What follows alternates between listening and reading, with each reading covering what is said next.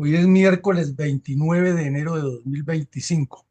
Iniciamos esta jornada académica de la Fundación Excelencia, Liderazgo y Transformación con el fin de reconstruir otro capítulo de la larga y sangrienta historia del terrorismo comunista y luego narcoterrorismo comunista contra Colombia que persiste después de 7 décadas de terminada o de realizada la violencia tripartidista que fue el germen de este fenómeno.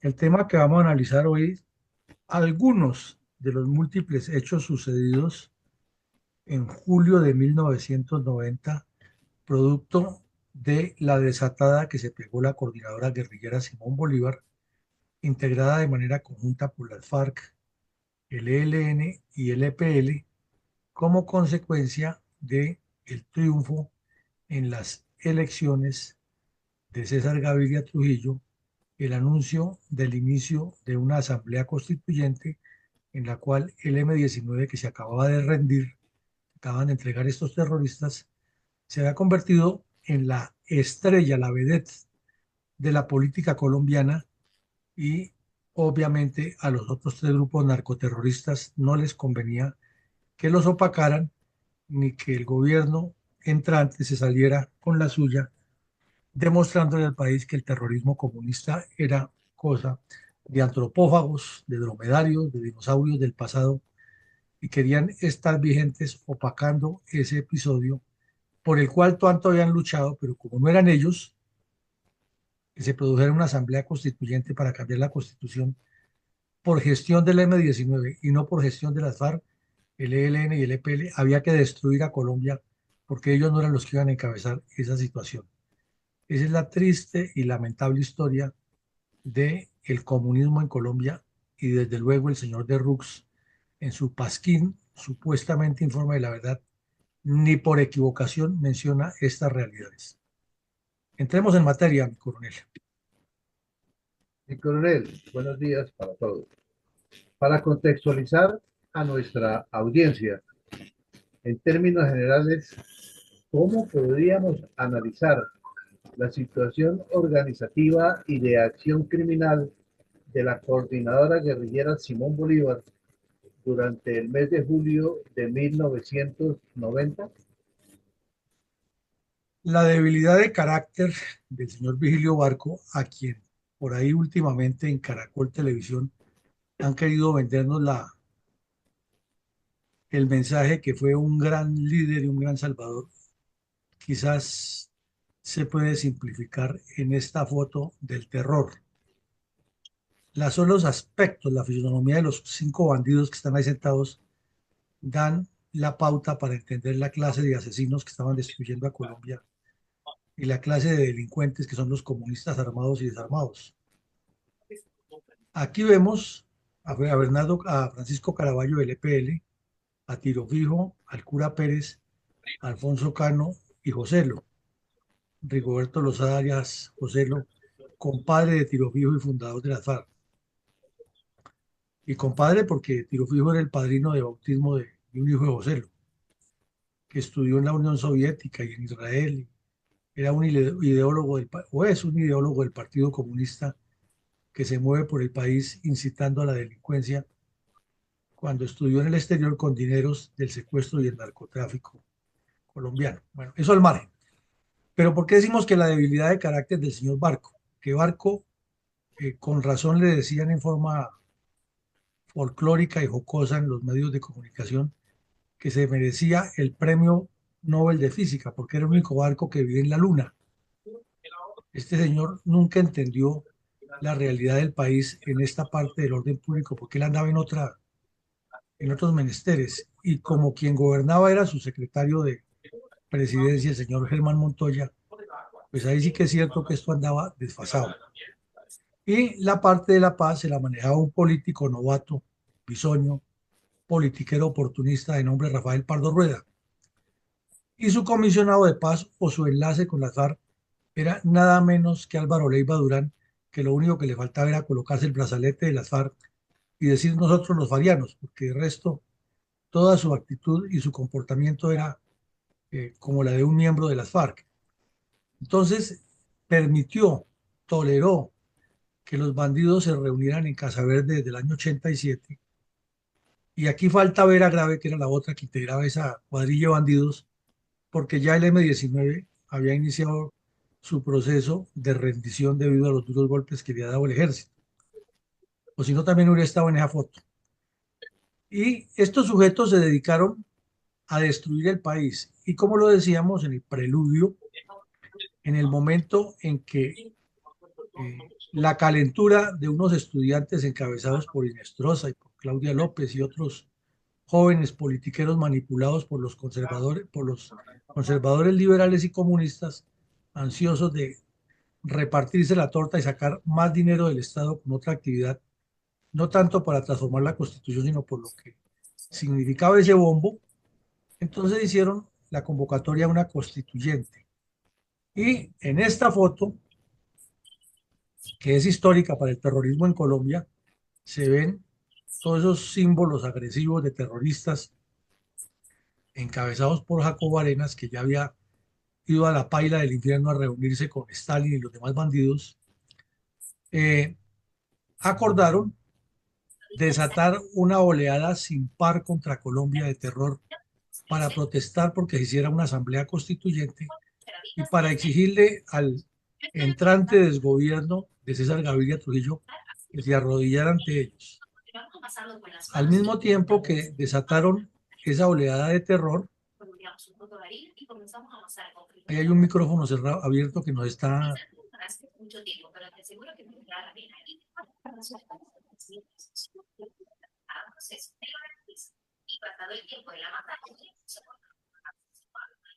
Por favor, cerrar los micrófonos, que es que nos interrumpe feo.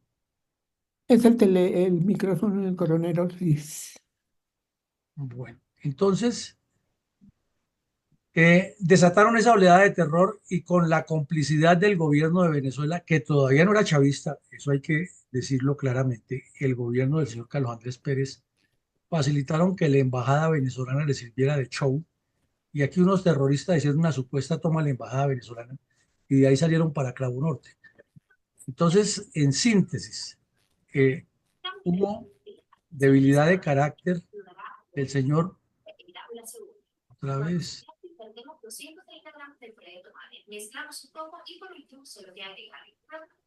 el coronel Arcona, y le coloco de coanfitrión y le pido el favor que me ayude a cerrar todos los micrófonos, todos. Es que ese ruido de fondo nos afecta, daña la grabación. Entonces,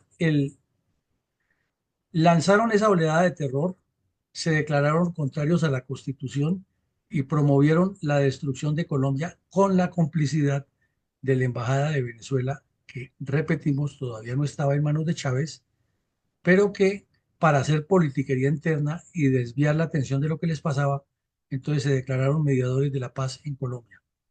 Esa es la crítica historia nuestra de la violencia comunista. Adelante, mi coronel. Mi coronel,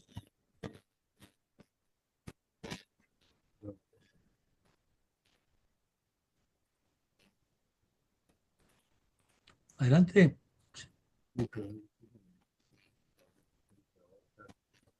ya. Podríamos compartir con nuestra audiencia algunos de los hechos ocurridos en el sangriento mes de julio de 1990, en el cual las fuerzas militares desarrollaron ingentes operaciones contra los grupos narcoterroristas de Colombia. El ELN estaba en su furor. A diario realizaban lo que llamaban las campañas guerrilleras. Y, por ejemplo, en la autopista Medellín-Bogotá, eventualmente aparecían, detenían el tráfico por 1 o 2 horas, reunían las tractomulas que por allí pasaban, que eran muchas, y siguen pasando muchísimas, con comercio desde y hacia la costa, con el interior del país, y arengaban a los conductores, si era combustible, les vertían la carga sobre la carretera causando un daño ecológico grandísimo y le prendían candela y se iban. Cuando llegaba el ejército, pues ya se habían ido los bandidos, pero dejaban las tractomulas atravesadas, algunas con amenazas de que estaban llenas de explosivos. Obviamente, mientras se verificaba, se quitaban los vehículos de ahí, se garantizaba con seguridad que todo se hiciera, pues era 1 o 2 días la autopista paralizada y la economía quieta. En otras regiones del país se dedicaron a derribar torres de energía eléctrica o destruir el oleoducto Caño Limón-Coveñas. En otras, a asesinar policías con el plan pistola o a montar retenes ilegales de manera esporádica en distintos sitios y secuestrar personas, o llegar a las casas y asesinar a personas que se indicaban de ser enemigas del movimiento revolucionario, y para demostrar que estaban en contra de la constituyente, siempre ese mensaje al gobierno nacional que estaban dispuestos a la paz, pero que mientras llegaba la paz humanizaran la guerra. Imagínense ustedes estos bandidos asesinando gente por montones y diciendo que había que humanizar la guerra. Eh, en Arauca habían asesinado al obispo, a Monseñor Jaramillo, que fue un hecho criminal que ya lo vimos aquí en un episodio y que además conmocionó muchísimo a la nación, porque este señor era muy conocido en la región y tenía una larga historia de trabajo con las comunidades, y además era un sacerdote que estaba del lado correcto y frontalmente se oponía tanto a que hubiera sacerdotes de la Iglesia Católica relacionados con el narcoterrorismo comunista, como se oponía a que los bandidos se estuvieran destruyendo las municipalidades. Y como era un obispo de acción, él mismo iba a las regiones, a las veredas, y presidía la misa, acompañaba a los sacerdotes en su misión, a los subalternos, y cuando intervenía le decía de frente a la comunidad: el ELN y las FARC son asesinos, son delincuentes, ustedes no tienen por qué estar con ellos, estén con la población que cree en el progreso. Y lo sentenciaron a muerte y lo asesinaron miserablemente. Entonces, el gobierno nacional recibió presiones de las comunidades exigiendo que se capturara a los bandidos que han hecho eso, y en ese mes cayó uno de ellos y ese condujo a la captura de otros. Al mismo tiempo, en Aguachica, Cesar, asesinaron miserablemente a un soldado que estaba con licencia y lo localizaron en el municipio. El muchacho era de allá, de un barrio pobre, y lo asesinaron para enviarle un mensaje al comandante del batallón que no enviara soldados de civil a hacer inteligencia. La inteligencia que estaba haciendo el soldado era visitar a la mamá que estaba enferma. Pero así son esos asesinos. En otras partes hubo combates en la frontera con Venezuela, se incautaron armas cortas, armas largas y entre ellos muchas municiones con el sello de la mm, empresa o de la industria militar venezolana. En otro sector hubo un combate con la cuadrilla Efraín Pavón Pavón y fueron capturados 2 bandidos y eliminado otro. En el sector de San Carlos, Antioquia, fue eliminada una terrorista que era jefe de la cuadrilla ideológica de Frente Carlos Alivio Buitrago, que integraba lo que llamaban la Comisión de Trabajo Político Organizativo. Y en otras partes del país hubo varios enfrentamientos con el ELN, murieron otros bandidos, pero lo más cruento fue en el municipio de Puerto Asís, Putumayo, donde los bandidos de las FARC y el ELN que estaba buscando zona allá se enfrentaron entre ellos por el negocio de la coca, algo que no es nuevo y que ahora nos lo presentan como una gran novedad durante el desgobierno de Petro, pero esa pelea por el narcotráfico viene hace rato entre esos bandidos, y se mataron unos, otros desplazaron una cantidad de gente, y en un hotel donde estaba esa gente desplazada fueron las FARC y colocaron una bomba y causaron grandes destrozos y muchos heridos. Eh, Como vemos en el Putumayo, en esa vendetta hubo 9 muertos identificados y muchos desaparecidos que al día de hoy no sabe qué se hicieron entre ellos. Y ahora hemos escuchado a muchos delincuentes de cuello blanco que asesoran a las FARC y al ELN y a la JEP diciendo que desaparecidos de ese estilo fueron por las fuerzas de seguridad, y no aclaran que fueron entre ellos mismos en esas vendetas de narcotráfico. Adelante, mi colega.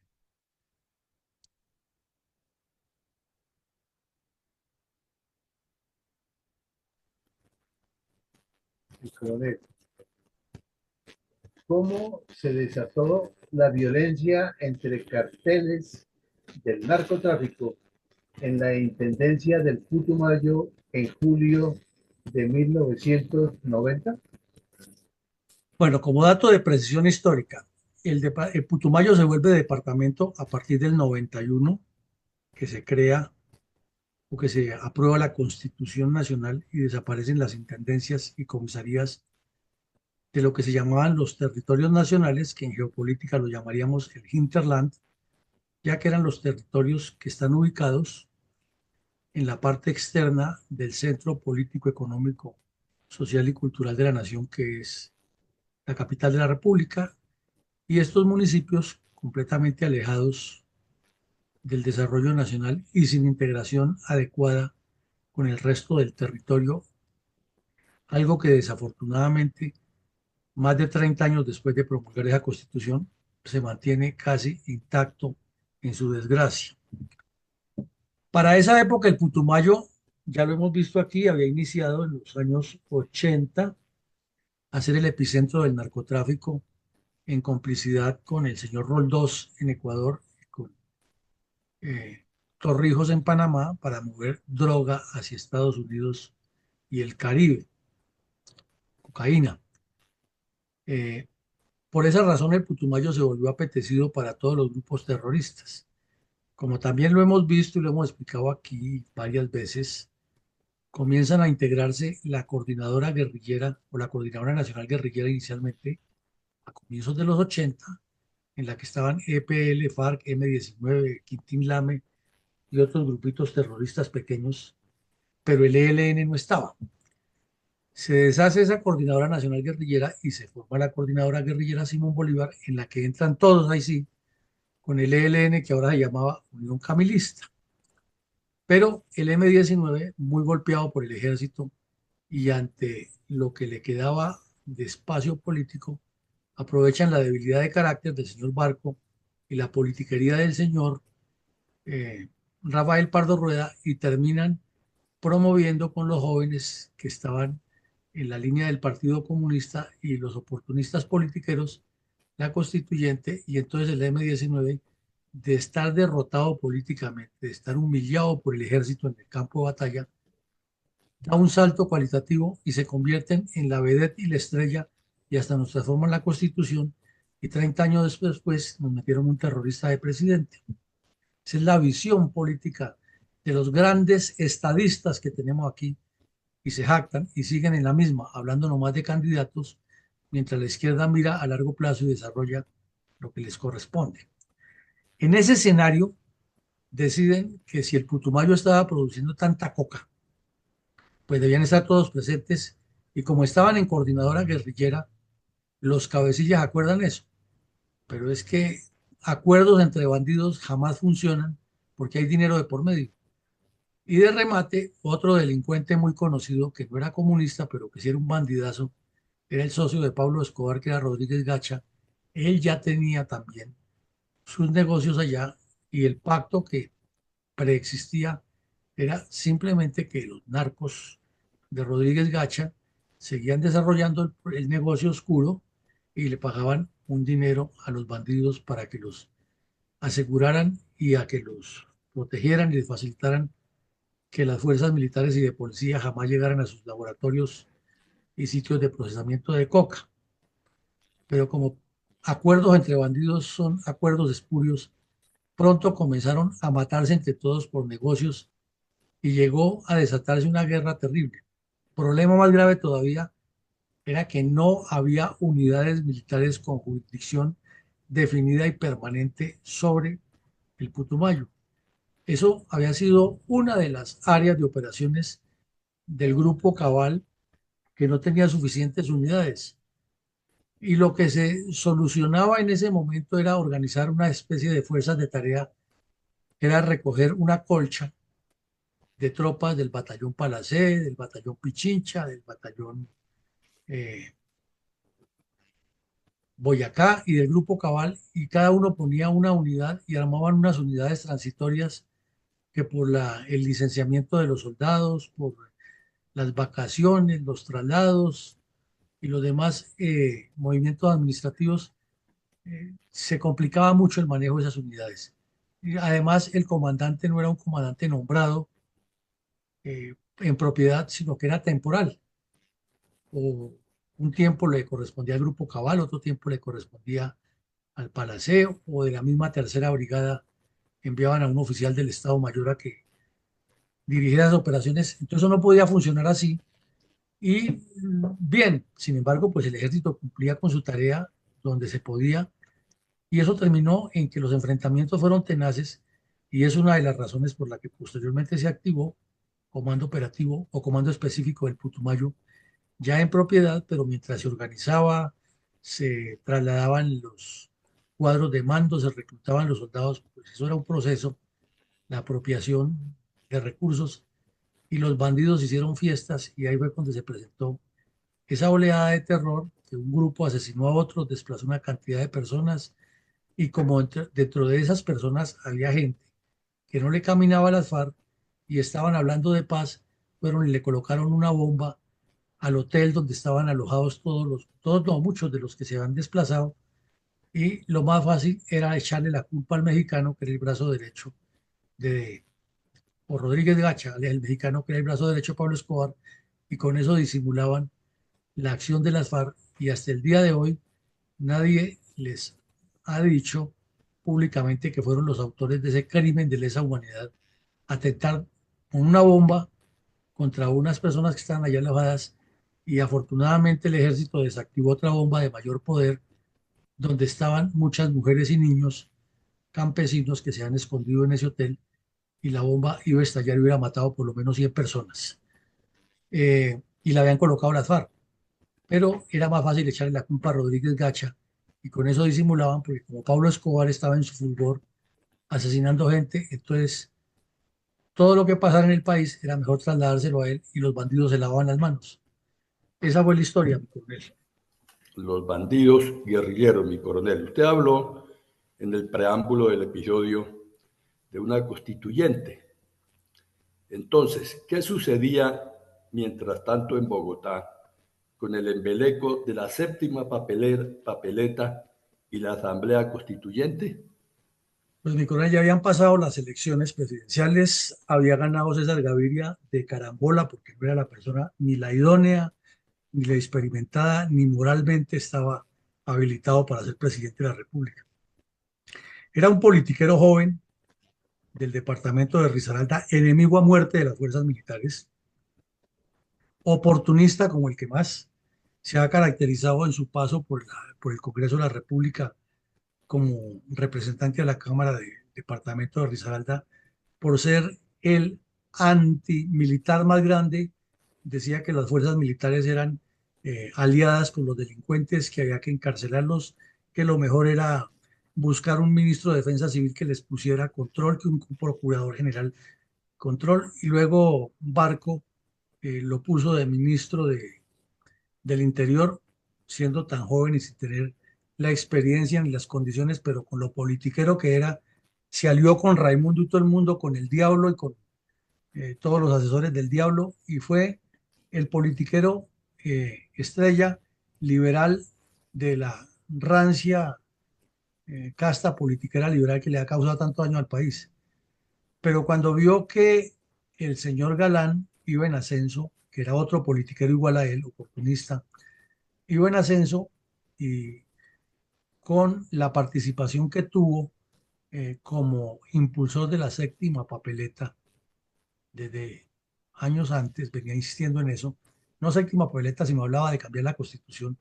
Entonces, cuando lo mataron, le ocurrieron dos fenómenos a Gaviria. Uno, que todos esos jóvenes que estaban moviendo esa papeleta utilizaron el crimen de Galán como la persecución de la de los dinosaurios que no querían cambios en el país, de la vieja política, a la quienes se relacionaban con Pablo Escobar, que fue que fue quien ordenó el asesinato de Galán.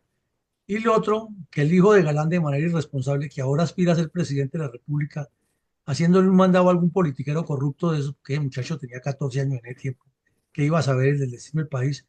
En el cementerio dijo la peor estupidez del mundo: le pido al señor César Gaviria que coja las banderas de mi padre. Y todo el país, como suele suceder en nuestras elecciones, sin entender lo que pasaba, sino llevados por la misma emoción que siguieron al viejito loco de Bucaramanga en las últimas elecciones, se fueron detrás de Gaviria y terminó de presidente.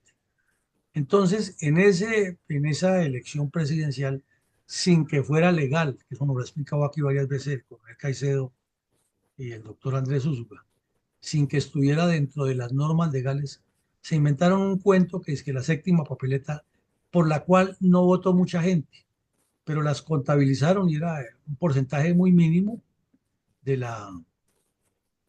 de la, de la cifra electoral de ese momento, y ya se volvió tema 1A. Gaviria ganó las elecciones y naturalmente necesitaba hacer politiquería y constituirse en el presidente que iba a transformar a Colombia. Era la paz total vista desde otra óptica, pero con los mismos intereses perversos, y comenzó a dialogar con Raimundo y todo el mundo. Los bandidos de todas las pelambres se volvieron eh, seres extraterrestres con escoltas y seguridades para moverse por todas partes. Y esos jóvenes habladores que se han metido en semejante embrollo, que no sabían ni de qué estaban hablando, comenzaron prácticamente a colegislar en el país y organizaron, con los gastos pagados por el Estado colombiano, una millonada, congresos, reuniones, francachela y comilona, y el país expectante y los medios de comunicación haciéndoles el juego. Otra verdad que tampoco nos cuenta el señor de Rux. Adelante, mi coronel. Mi coronel, ¿y cuál era la situación interna del EPL y qué relación tenía este grupo narcoterrorista con los ciudadanos panameños que fueron liberados por las FARC en el departamento de Caldas?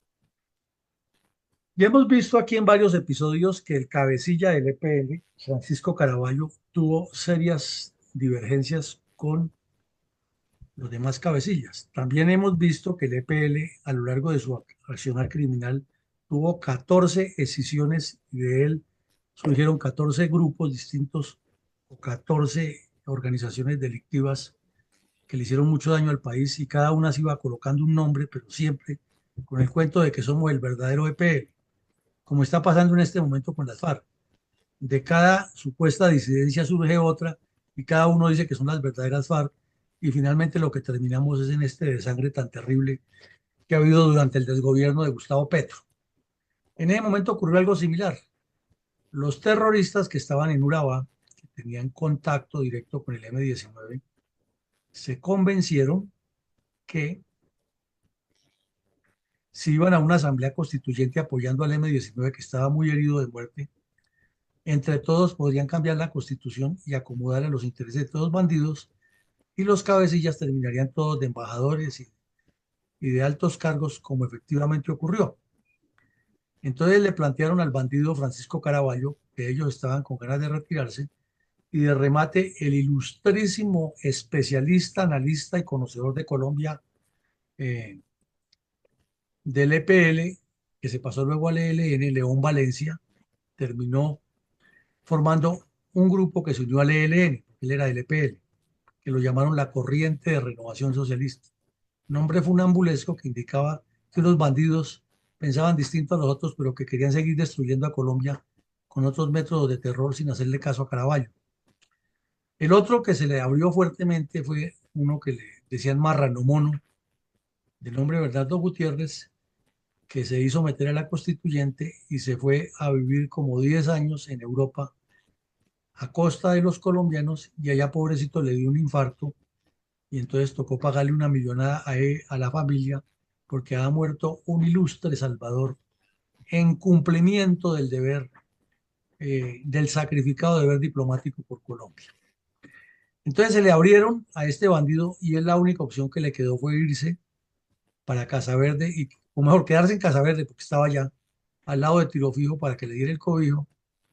Entonces Tiro Fijo lo convirtió en un mandadero, un metecato ahí, hasta que, como todos sabemos, tuvo que, eh, o se deshizo la coordinadora guerrillera y lo capturó el ejército aquí en Bogotá, en cercanías a Bogotá, estuvo preso unos años y luego en los gobiernos de Uribe y Santos terminó siendo negociador de paz. Hoy en día ya es un octogenario bandido que no cambia su mentalidad criminal y es protegido por el Estado con escoltas y etcétera. Entonces en el tiempo se dividieron y mientras unos bandidos de esos hablaban de paz y participaban en esos congresos preconstituyentes y se reunían con esos jóvenes calenturientos, los mismos compañeros de ellos, encabezados por Caraballo, estaban secuestrando gente y habían secuestrado a unos panameños, que fue otro escándalo de los tantos que ha habido aquí en Colombia, con una aeronave, y que aparecen, que no aparecen, que están allí, que están en no sé dónde, y finalmente aparecieron en el municipio de Caldas. Nunca se supo cuánto dinero le pagaron al EPL, que estaba dizque en preludio de asamblea constituyente. eh, y como siempre, los bandidos dijeron lo mismo. Estamos en la negociación de paz, pero entonces, ¿de qué nos financiamos? El Estado que nos pague, y eso se vuelve un argumento de nunca terminar.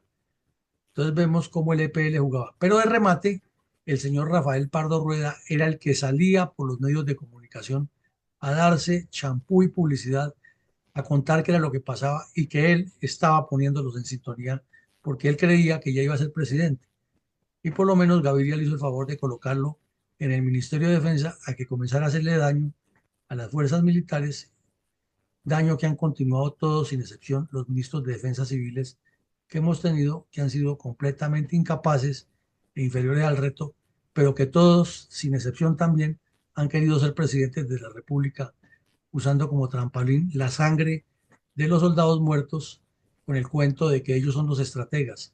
Y responden, y nunca responden por nada, pero cada vez que hay un éxito salen a la cabeza de las ruedas de prensa y los generales erróneamente detrás de ellos parados haciéndole show. Y cuando salen del cargo, el país se está desvertebrando y jamás aparecen para nada. O ustedes han visto a Pardo Rueda, a Marta Lucía Ramírez, a eh, un tal Uribe, un gordito que parecía como el Papá Noel, a Silva Luján y a los demás que han pasado por ahí saliendo a defender las fuerzas militares con lo que pasa en el desgobierno Petro, lo que ocurre en el Catatumbo, jamás. Antes de este Pardo Rueda ha sido uno de los más torcidos y por último terminó haciendo alianzas hasta con la izquierda para la alcaldía de Bogotá y era dizque el que puso Gaviria para que defendiera políticamente las fuerzas militares. Ahí tenemos la calidad de descompuestos que han pasado por ese cargo. Mi coronel, ¿cuál era lo usual, de las noticias diarias acerca de las actividades criminales de las bandas delictivas de Pablo Escobar y había alguna relación con la criminalidad persistente de la coordinadora guerrillera Simón Bolívar? Bueno, mi coronel, cuando iniciamos la charla vimos un recorte de periódico que nos contaba lo que ha pasado en un día normal de julio de 1990. Y este recorte que tenemos aquí es de 2 días después. Mire usted todos los titulares.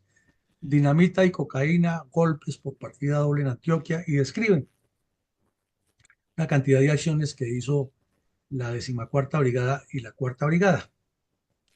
En una les encontraron un alijo con 100 kilos de cocaína y, y se evitó que en la carretera Medellín-Bogotá, debajo de un puente de la vía, se hubiera activado una carga de dinamita poderosa que los campesinos le indicaron a la policía habían colocado los guerrilleros para volar en pedazos a una unidad militar o policial que pasara por ahí y además pues causarle un daño grave a la región porque iban a paralizar la principal vía comercial del centro del país.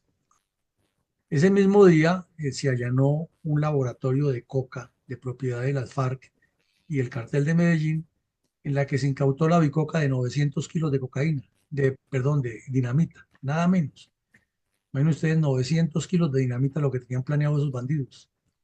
En Puerto Wilches, muy cerca de allí, porque no es tan lejos, Magdalena Medio, el ELN quemó un vehículo. En Guamal, Magdalena, las FARC asesinaron a otras personas. En Medellín, un comando urbano de las FARC atacó a una patrulla del F2, hirió a un mayor que era el jefe de la sección de automotores del F2, o sea, el que tenía que ver con los vehículos robados por los delincuentes. Y en Santander de Quilichao, un grupo de las FARC, encabezado por Pablo Catatumbo, entró y asesinó a 5 personas en una hacienda. Eso en el segundo día. Entonces vemos que era muy cercana la actividad de Pablo Escobar con los grupos terroristas del Partido Comunista, porque unos y otros querían destruir al país y estaban buscando esa asamblea constituyente cada uno para sacar ventajas. Pablo Escobar para que se impusiera que no podía haber extradición, que quedara él libre de todo pecado. Hasta el curita García Herrero le sirvió de mandadero y que él se entregaba si le dejaban poner una cárcel al estilo de él, comiendo todos los días camarones con chefs y que la guardia de seguridad fuera él. Y César Gaviria se prestó para toda vagabundería, como ya sabemos. Y entre tanto, el ELN y las FARC querían destruir a Colombia y presionar a que esa asamblea constituyente que la ha convocado el M19, y por esa razón no era buena, porque la han convocado el M19 y no ellos, había que hacerla de otra manera para imponer los 12 puntos que ponían ahí sobre la mesa, que finalmente el cura de Rux se los presentó a Petro y ahí los tiene desarrollándolos, y esa es la razón por la que el país anda en este caos en que andamos. Entonces, unos y otros unidos para destruir a Colombia, y el tiempo pasa y nadie le pone el cascabel al gato y les dice de dónde viene el origen. Gaviria habla de candidatos, al país se le olvida el daño que le hizo. eh, los Galán ahora ya crecieron y están los tres aspirando a ser presidentes al tiempo y Colombia sigue en su desorden. Mi coronel, ¿cuál fue el sorprendente show de las autodefensas ilegales del Magdalena Medio mientras el M19 manipulaba la opinión con el tema de la paz y la constituyente? Pues como ha muerto el terrorista Carlos Pizarro León Gómez alias Carro Loco, asesinado por narcos, o sea, por sus socios, ahí en un avión, quedó siendo la vedette y la figura del M19 el terrorista Antonio Navarro Wolf. Y andaba por todas partes del país con una cola de escoltas que parecía que hubiera llegado el presidente de Estados Unidos a Bogotá. Y donde se paraba Antonio Navarro Wolf, allá llegaban los periodistas ávidos de que los vieran al lado del doctor Navarro. Eso era una estrella, era una vedette, para preguntarle cualquier cosa y el bandido aprovechaba para darse publicidad, claro, pues si le daban todo ese espacio, este delincuente no iba a perder la oportunidad. Salió un día con otra perla, que el segundo cabecilla de las autodefensas ilegales del Magdalena Medio, Ariel Otero, era otro delincuente igual de asesino a los del M19, se ha reunido con él en Bogotá y que había unos chispazos de luz muy importantes porque esas autodefensas también se iban a rendir e iban a ser parte de la constituyente. Y al día siguiente, para rematar, entonces el señor Navarro trajo otra buenísima noticia, como dicen de Sábados Felices, que se ha reunido con los bandidos del EPL y que próximamente los bandidos del EPL participarían con los jóvenes en el Congreso que estaban preparando la constituyente para dejar claros sus lineamientos sobre los cuales ellos se desmovilizarían y se integraban a la redacción de la nueva constitución. Todo eso a la luz del día, a la luz del engaño, y aquí estamos viviendo lo que pasó. Y hay quienes dicen que el M19 fue el que salvó el país porque cambió la constitución. Adelante, coronel. ¿Cuál fue la reacción de Colombia ante el anuncio de la revista estadounidense Newsweek, según la cual tropas norteamericanas operarían contra el narcoterrorismo en nuestro suelo patrio? El viejo adagio que dice que del árbol caído se hace leña se cumplió aquí. Presidente desubicado. El narcotráfico mandando en varios sectores del país. Congreso de la República putrefacto y descompuesto como ha sido su historia. Los partidos políticos en un afán politiquero de lucirse y de ganarse el favor del M-19, que era el que mandaba ahora. El Partido Comunista promoviendo la destrucción del país. La coordinadora guerrillera metida hasta los tuétanos en el narcotráfico. Y en las regiones, la descomposición total y la pugnacidad por destruir a Colombia y llenarse de plata los politiqueros cada uno por su cuenta.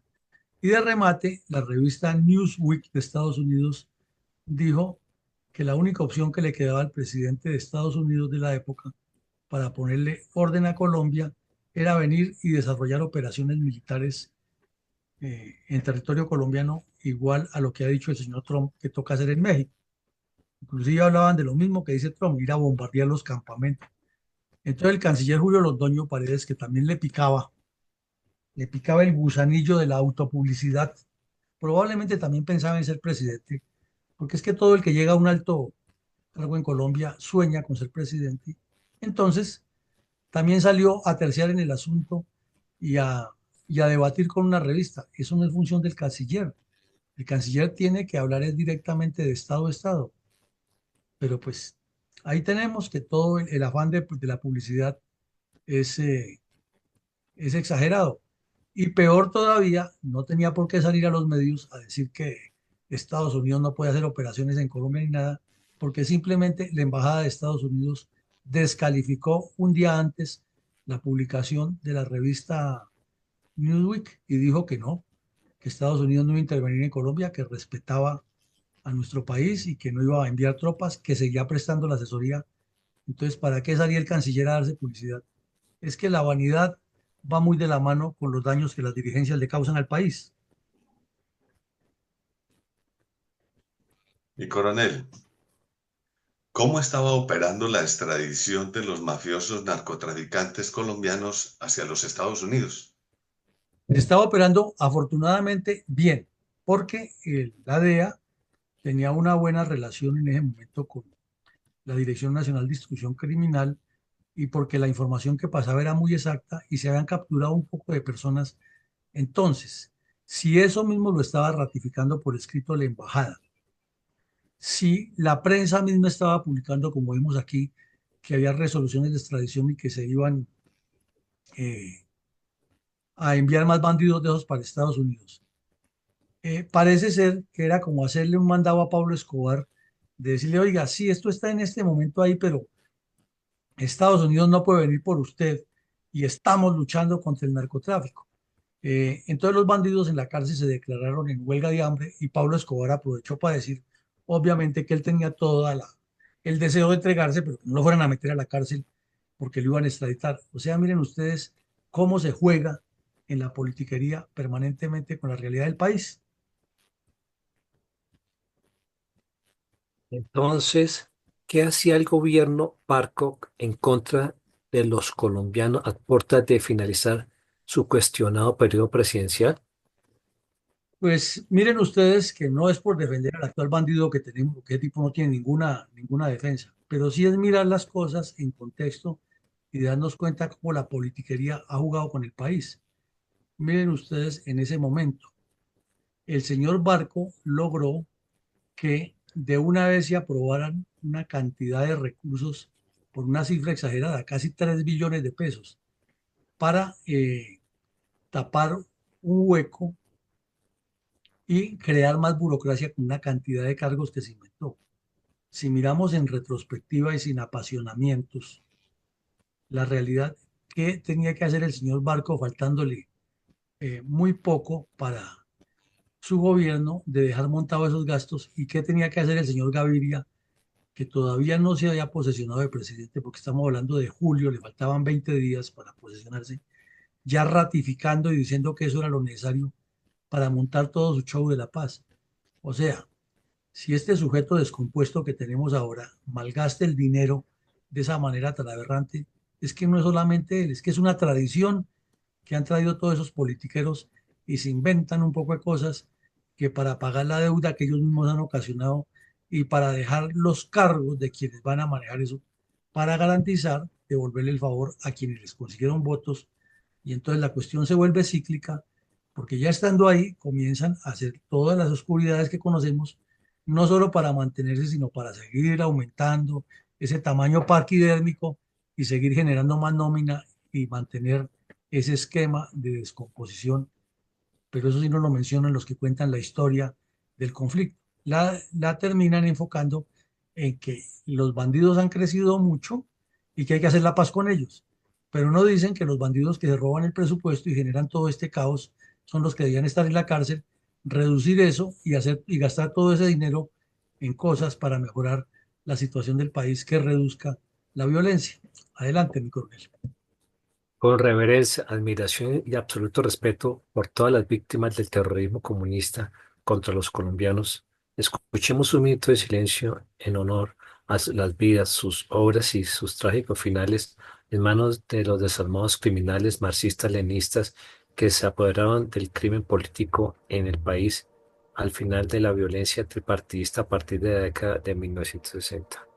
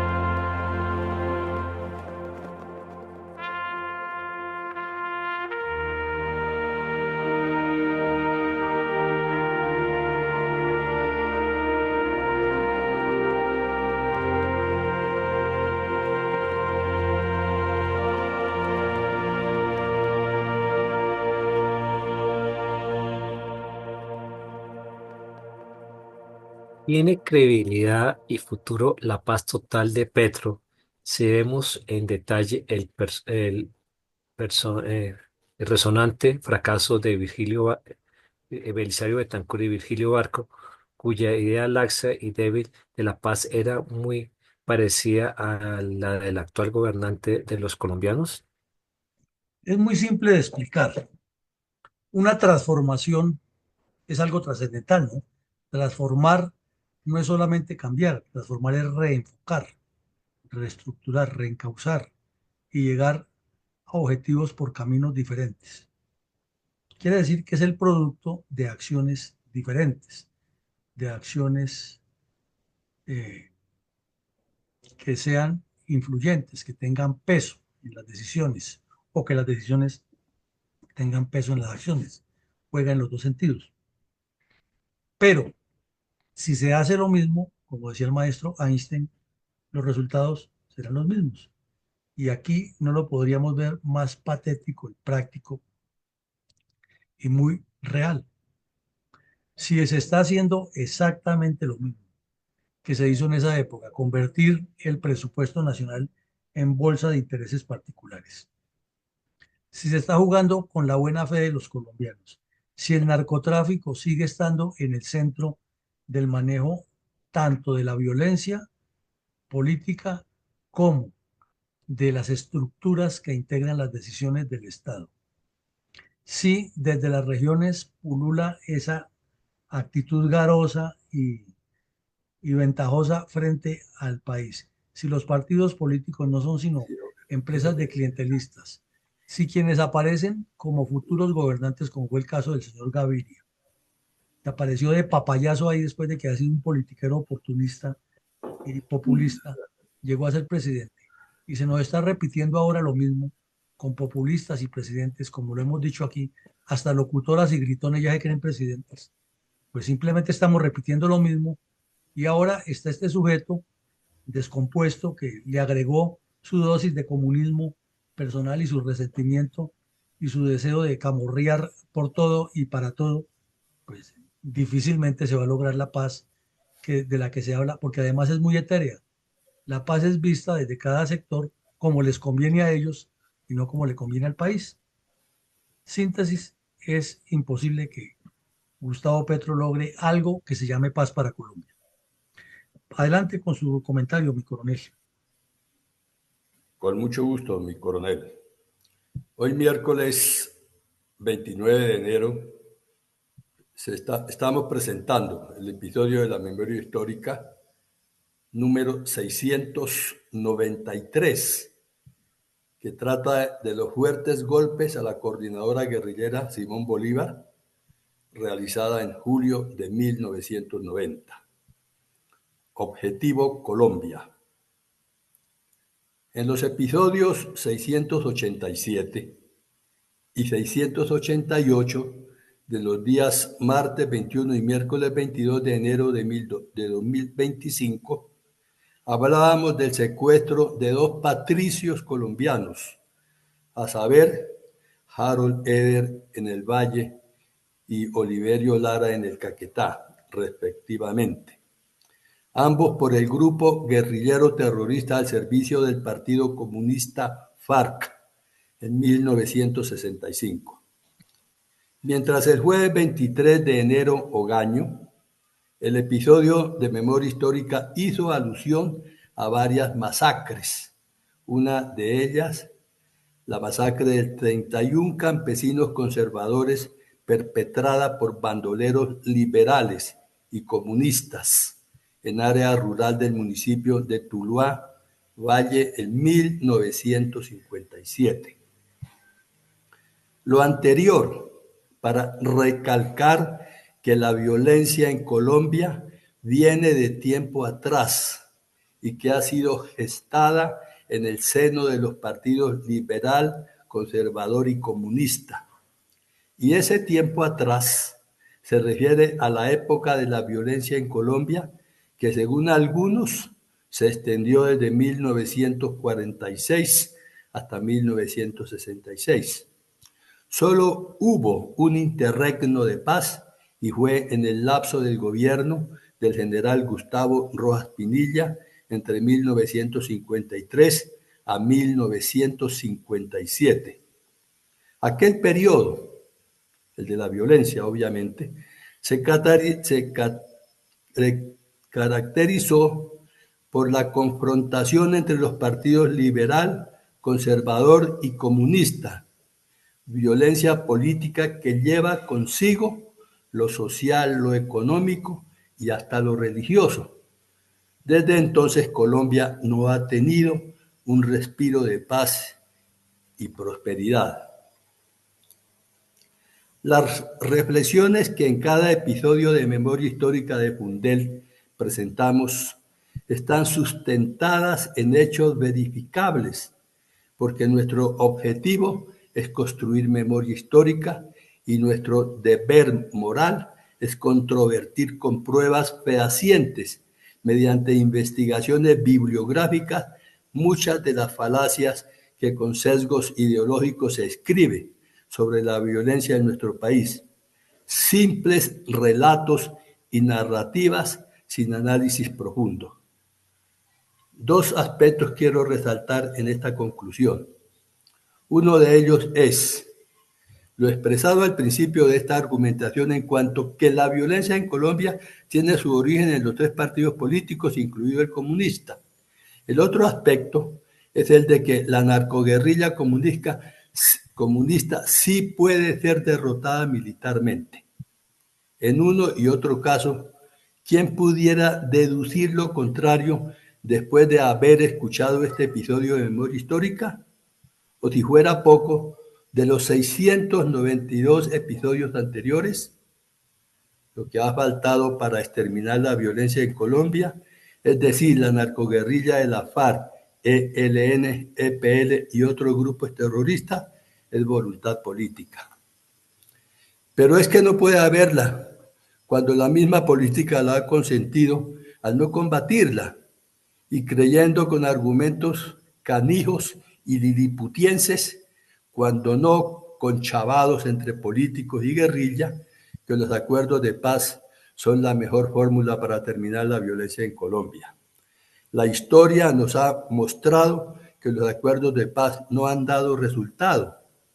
Y si quieren, lo vamos a demostrar con algunos ejemplos tomados al azar.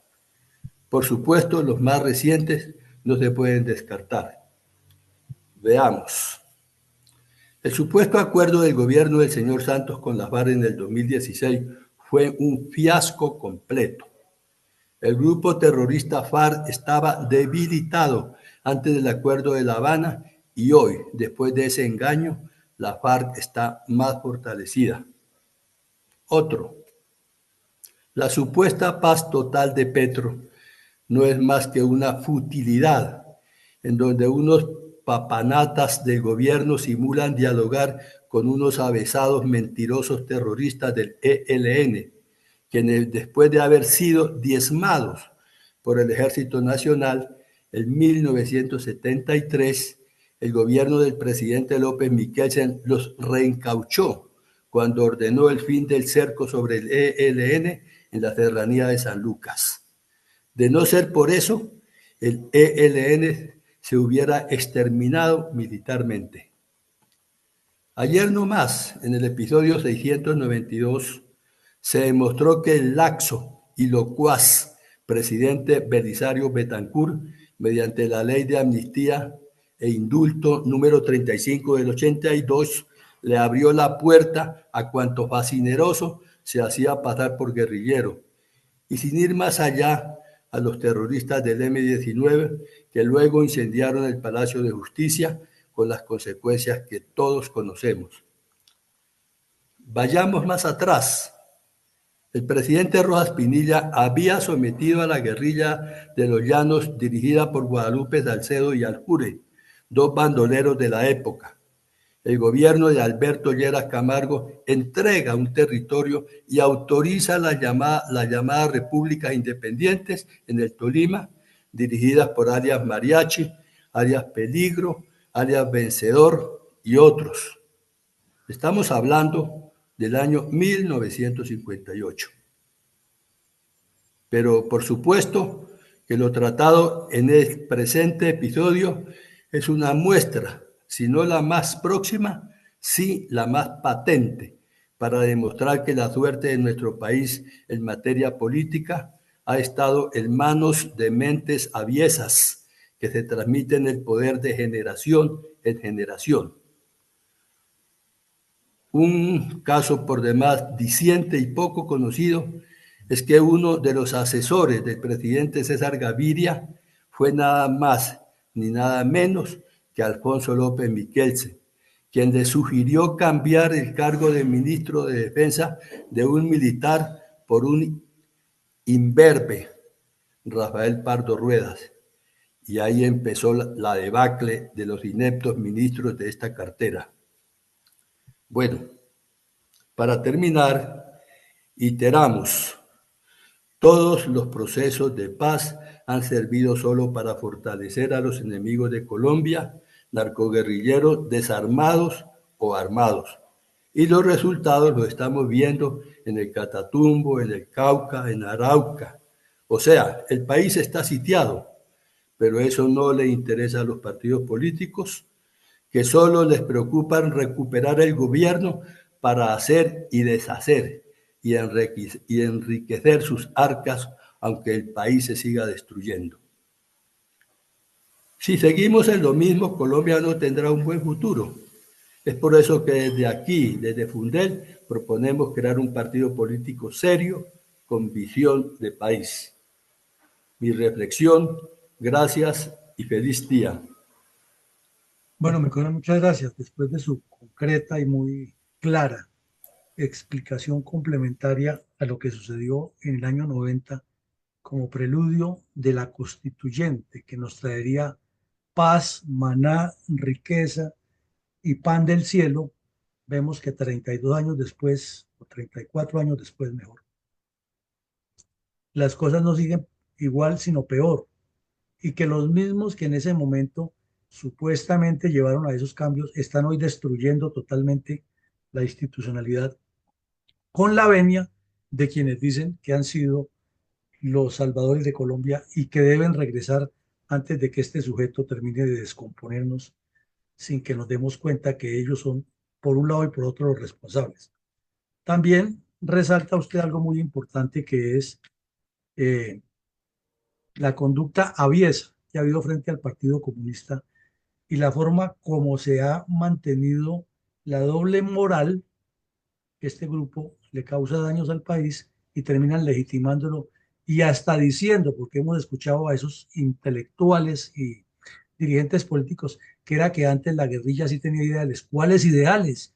Si comenzaron haciéndole el corte de franela a los campesinos, decapitando mujeres, violándolas, enterrando a los niños en bayonetas, quemando fincas, asesinando gente. Eso era lo que hacía Tiro Fijo cuando comenzó, y él era el jefe de las guerrillas comunistas. Entonces, es la falta de información, ese doble moral, ese jueguito dialéctico para justificar en cada etapa. Y por último, echarnos el cuento que el Frente Nacional fue el que le trajo paz a Colombia, cuando los hechos demuestran que ahí es cuando nacen estos grupos criminales en ese periodo, el ELN, el ASFAR, el EPL, etcétera. Mucho para analizar y mucho por contarle al país. A todos ustedes, mil gracias y nos vemos esta noche en un nuevo episodio de formación de líderes estadistas con visión de estrategas. Gracias, Felipe.